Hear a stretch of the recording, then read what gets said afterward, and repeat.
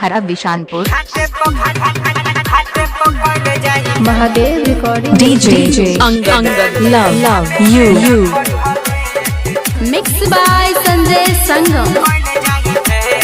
कह के नहीं तू आइलू हमारा के तोहरा पहिलू पूरा दशहरा ये रानी कहाँ अकेले बितहिलू बताब।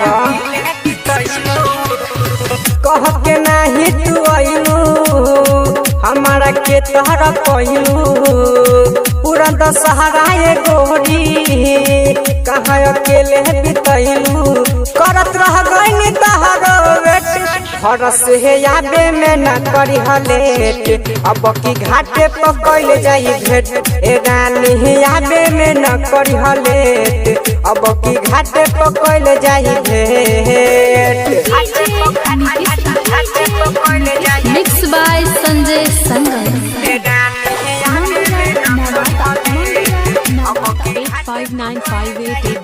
8595880357। यहर सूट पहनिहा रखी हला दुपट्टा चुप से निकली ह केहू के चहली न पाता बुझलू।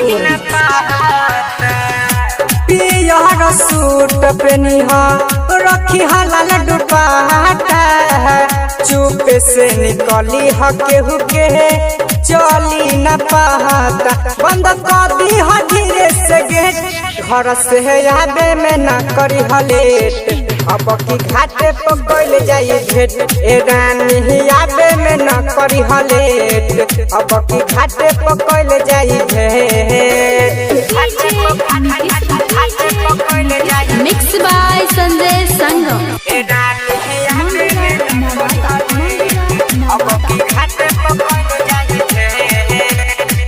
साचो कहेले संजय राइटर विकेश हो हरा बिशानपुर। दोनों जने के लाइफ कदी माई से हो साचो कहेले संजय राइटर विकेश हो दोनों जने के लाइफ कदी माई से हो कमलेश के बाई है घर से याबे में न करी हलेट अब की घाटे पकड़ जाई भेट ए रानी याबे में न करी हलेट अब की घाटे पकड़ जाई भेट। डीजे अंगद लव यू हरा बिशानपुर। 8595880357।